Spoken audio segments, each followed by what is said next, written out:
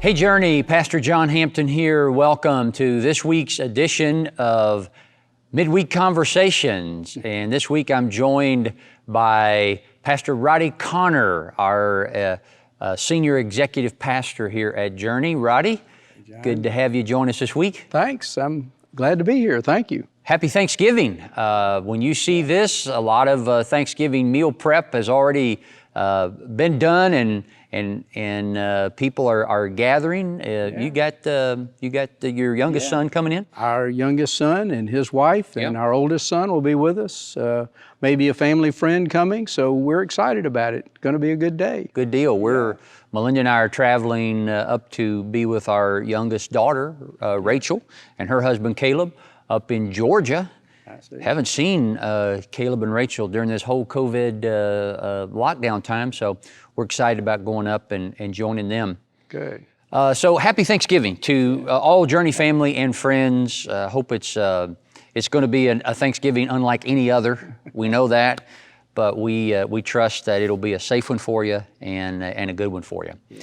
And let me just say, Pastor Roddy and I both are thankful for you. We're thankful for our Journey church family. Amen. And just grateful that we are a part of a place where everybody's welcome and nobody's perfect, and through Jesus anything's possible. Isn't that the truth? Yes, absolutely, John.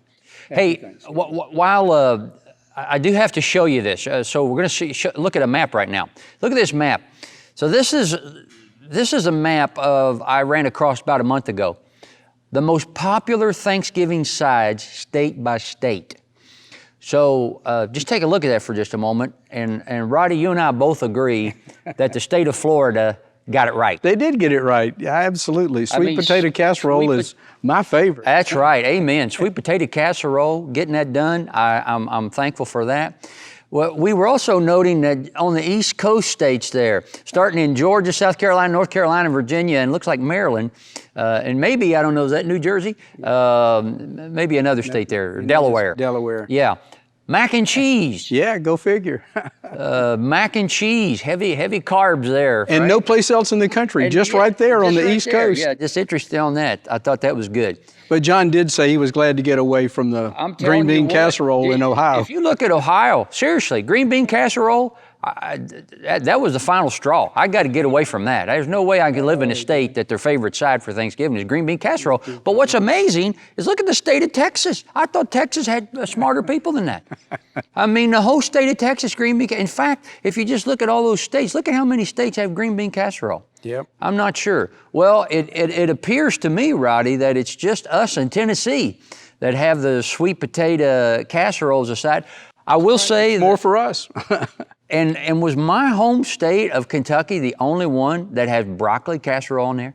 What? Yeah, it kind of looks like broccoli casserole out of all the different states. I do like broccoli casserole. In fact, I make some. Yeah? Yeah, I do. Man of many talents. I do a pretty good job on that. But anyhow, I just thought that was interesting, and you can just kind of check what the side is on the state that you're from as well. We want to shift gears a little bit from Thanksgiving to the giving part of that, and that's why Pastor Roddy is joining us today. Yeah. We want to talk a little bit about some special end-of-year giving opportunities. But again, before we do that, I just want to say thank you to all of the households that are financial supporters of Journey, particularly this year. Particularly this year, yes. Yeah. Strangest year in my life, for sure. Yeah, knowing that we have some folks to stand with us financially that help fund our ministry it's just meant the world. And so we're very grateful for that. Extraordinarily grateful. Unbelievable in view of the times we live in and circumstances. To see that kind of faithfulness has really been a personal encouragement to me, but we are grateful.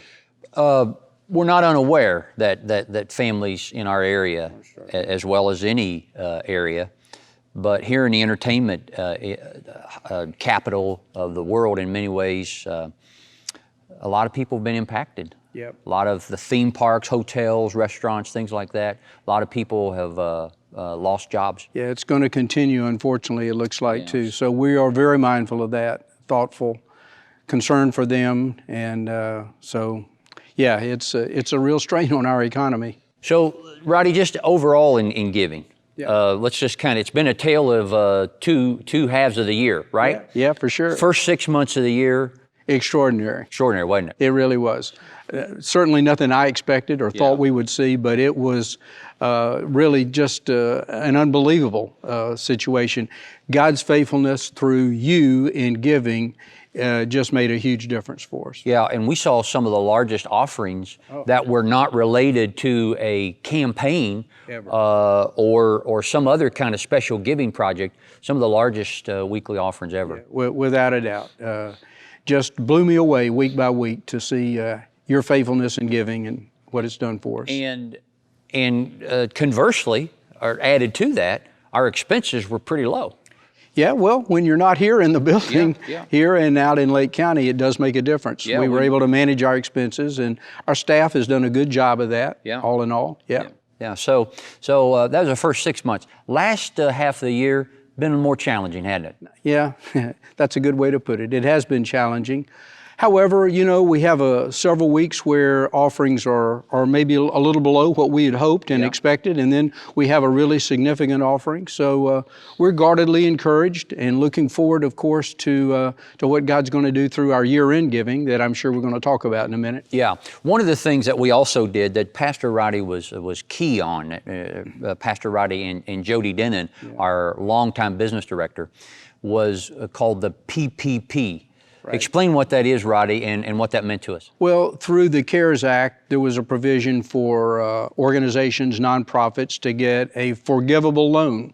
And if you documented correctly how the money you were receiving was going to be spent, primarily on salaries to keep people employed, that was the whole point in it, the loan was forgivable. So we received a $424,000 loan, which I'm happy to say last week we got notice from our lender that we had filed all the paperwork and the forgiveness was accomplished. Amen. So we're just waiting for the confirmation of that, but that's really good news. That was huge, and you combined that loan at that time with the giving that we had in those first 6 months, and that really provided some really good margin for us.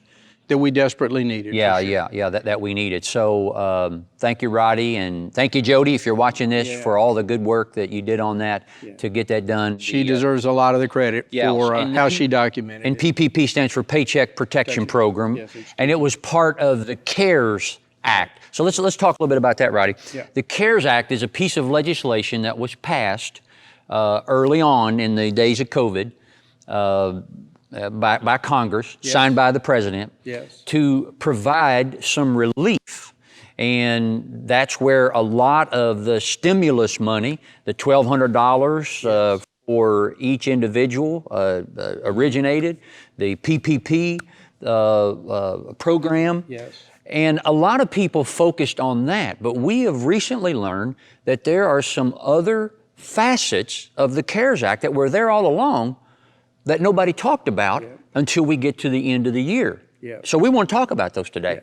Well, in fact, Pastor John ferreted this out in his usual way. He's doing his research and reading, because I had read the CARES Act and it slipped by me, but you're exactly right. There are provisions in the CARES Act that uniquely provide for individuals and businesses to be able to give in a way like they've never have before for 2020. So that's cool. And it's only 2020. Only 2020. So we're going to talk to you about a few, what I like to call giving lanes that have opened up just for this window, for this unique year.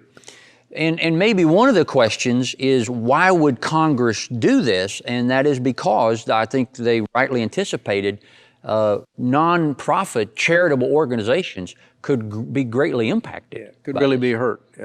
Well, first of all, the change in the tax laws and just the nature of the hit the economy took, they recognized that charitable organizations could really be hurt, as you say, could really be damaged. This is a way to offset that, to give them a little added fuel. All right, so we're going to be talking to different segments of our giving base here. Yeah, okay. So the first one I would say is this is available to everybody, and that's an additional $300 charitable gift that can be made whether you itemize or not. That's exactly right. So now, Roddy, why is that important? Well, it's significant in that this year, each individual can make a $300 deduction or make a $300 contribution to a charitable organization like Journey Christian Church, and you can write it off on your taxes. Well, and the importance of that is if you itemize or not. So in the tax legislation that got passed a couple years ago, the itemized deduction almost went away for a lot of people because the standard exemption on taxes went so high. It did. For an individual, it's just over $12,000, I think, and a couple, it's $24,000. So it kind of makes itemizing a moot point at that juncture for a lot of people. Yeah. So a lot of people didn't itemize. Yeah. I heard someone say that in a church like Journey, a charitable organization, probably only 10 to 15% of our households That's probably right. itemize now, because everybody takes the standard deduction. But this $300 exemption this year, even if you don't itemize, you can get another $300 deduction. Exactly. Right? Exactly. And it's $600 for a married couple filing together. Right. So it really is a wonderful opportunity, a unique giving opportunity. Yeah, so that's a unique part of the legislation. I'm just reading the statement here. It says, normally a taxpayer would have to itemize deductions for a tax write-off for any charitable giving. But this year, the $300 deduction is available to people who claim the standard deduction of $12,400 for singles and $24,800 for married filing jointly. So that's something that everybody can participate in. Let me just say, if you, because of different scenarios, have not been able to give this year, I want to encourage all of you. Here's one of the goals I have for end of year giving. Every household gives something in December. Yeah. I think that's a great goal. 100%. 100% participation. Every household of Journey makes a gift to Journey in the month of December. And you have $300 that you can use and help you on your taxes as well. So that's one piece. Yep. Here's a second piece that was interesting. So the cap has been raised for what you can deduct. If you do itemize, you can deduct up to 100% of your adjusted gross income. So let's kind of backtrack here for just a moment. Adjusted gross income is your gross income with the adjustments of any write-offs that you're eligible for. Yeah, any write-offs. So student interest, education expenses, medical, HSA, retirement contributions. Yes. All of those things are adjustments to your gross income, Exactly. and that gives you the AGI, the adjusted gross income. Yep. What they're saying this year, for the first time since Hurricane Katrina in 2005, you can write off up to 100%. Yes. Obviously, not everyone can do this. No, but maybe not many. Maybe not many, but a select group, maybe in our congregation and certainly around the country, will be able to do that. I am confident we're talking to somebody who has not been aware of that, and they could benefit from that, as well as they can bless a ministry like Journey. Exactly. So, and John, you and I are not providing tax counsel here. No, thank you. These folks need to go and talk to their financial advisor, their CPA, their tax preparer. But we know for a fact that this is what the CARES Act provided for. So please explore that. Take advantage of this opportunity if it applies to you. I agree with that. Vet this information with your tax preparer, with your CPA. Roddy and I are not CPAs. We did not spend last night at a Holiday Inn Express either. So we just want to make sure that people know that. Yeah. But this is the information that we've gotten, and it's reliable. Yeah. So that's huge. There may be somebody who is able to say, I want to make a significant gift. And normally that limit is 50%. You're limited in charitable contributions to 50% of your AGI, of adjusted gross income. Yes. This year it's 100%. Yep. So please, if that applies to you, explore it, take advantage of it. Thank you. Final thing I would say is to our business owners, and we have several people at Journey that own businesses. Yeah. And some of these folks that are business owners, they give through their business. Yeah. And thank you for doing that. Yeah. We appreciate that. So the limit to give through your business was limited to 10%. That's the standard operating limit. But this year, only in 2020, it's been raised to what, Roddy? 25%. 20, so double and a half. Yes, a 15% increase for 2020 only. Yeah, for 2020 only. Again, this is unique giving lanes that are open because of the impact of COVID. And so if you're a business owner, and if you've given through your business, you have an opportunity, if you'd like, to give an additional 15%, up to an additional 15%, to your church or to charity. Yes, wonderful opportunity. And again, explore that with whoever it is that prepares your taxes, gives you advice about these things. But it is just an unbelievable kind of one-time opportunity for business owners to do this. Yeah. One of the other things we want to talk a little bit about are those that maybe, and this is not just for this year, but maybe there's some folks that on a regular basis, they give through an appreciated asset. Explain what that is, Roddy. Well, actually, for example, today, an individual had given Journey Christian Church some stock. So we arranged for the sale of the stock today. So when that individual gave the stock to us, he gave an appreciated asset, but did not have to pay the capital gains tax on it. So it came to us tax-free. We're able to sell it at market value, so we got the appreciated value of it. That individual got to write all of that off on their taxes and didn't have to pay the normal capital gains tax of 20%. Really a big deal. Yeah, we have several families that do that. Not only at the end of the year, especially at the end of the year, but throughout the year. I think one of the things that's important to note as well is the stock market has done pretty well. Has done pretty well. Yeah. So, you know, we were all wondering back in March when all this happened, man, woe is us. I mean, the economy's just going to fall through the basement of everything. And it did dip, but then it's come back pretty strong, which has been surprising. So that just tells us that people who have been invested, they've done pretty well. Yeah, they have done well this year. And obviously that's not everyone, but some portion, maybe 20, 30% of even our congregation are in that category. Yeah, they've done all right this year. Yeah, exactly. So you know, we hear a lot of people have been impacted. And we don't want to minimize that as well, but there's also a lot of people that have done pretty well, even in this unique, crazy year. Yep, that's for sure. So that's another unique opportunity to give. Certainly is, and we're prepared to help with that. We have financial professionals that we've worked with for years that help us sell those stocks, those assets when they're given to us. So we're staying ready to do that. Good.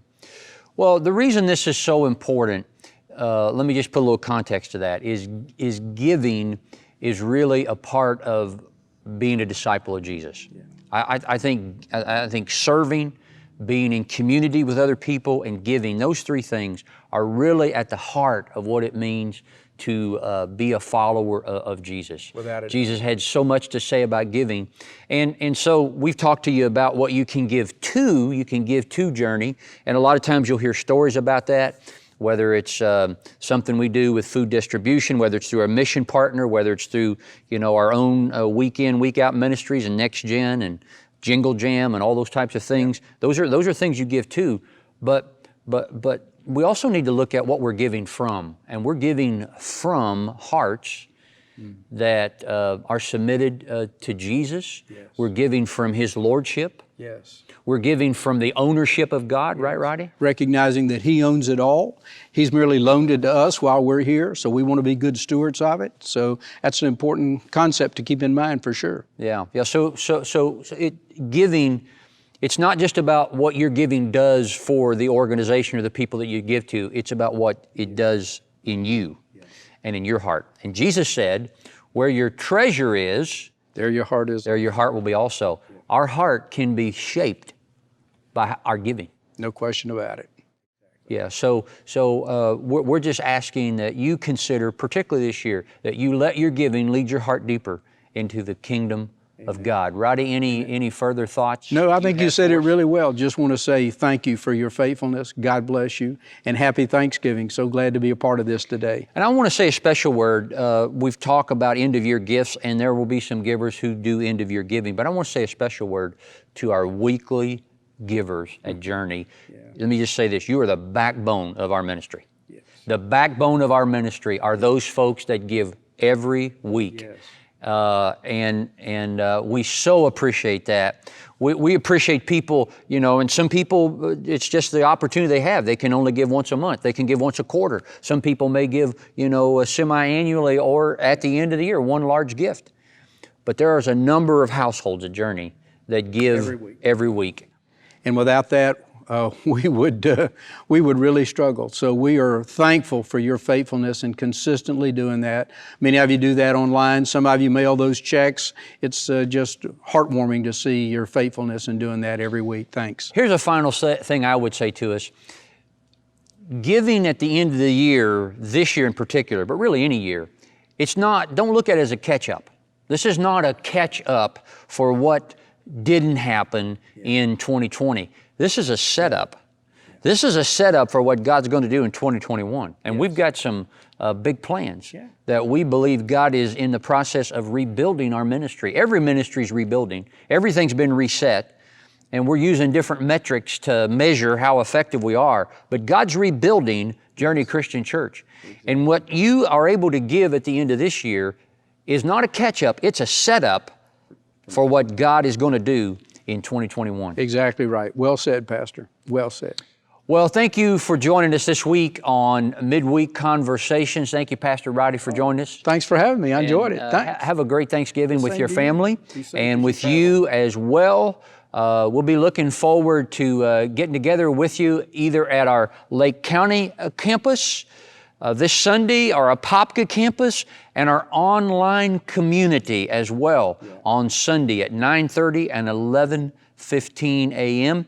And we'll be looking forward to joining you next week in Midweek Conversations. Have a great week. Happy Thanksgiving. Happy Thanksgiving. And as always, we're loving the journey.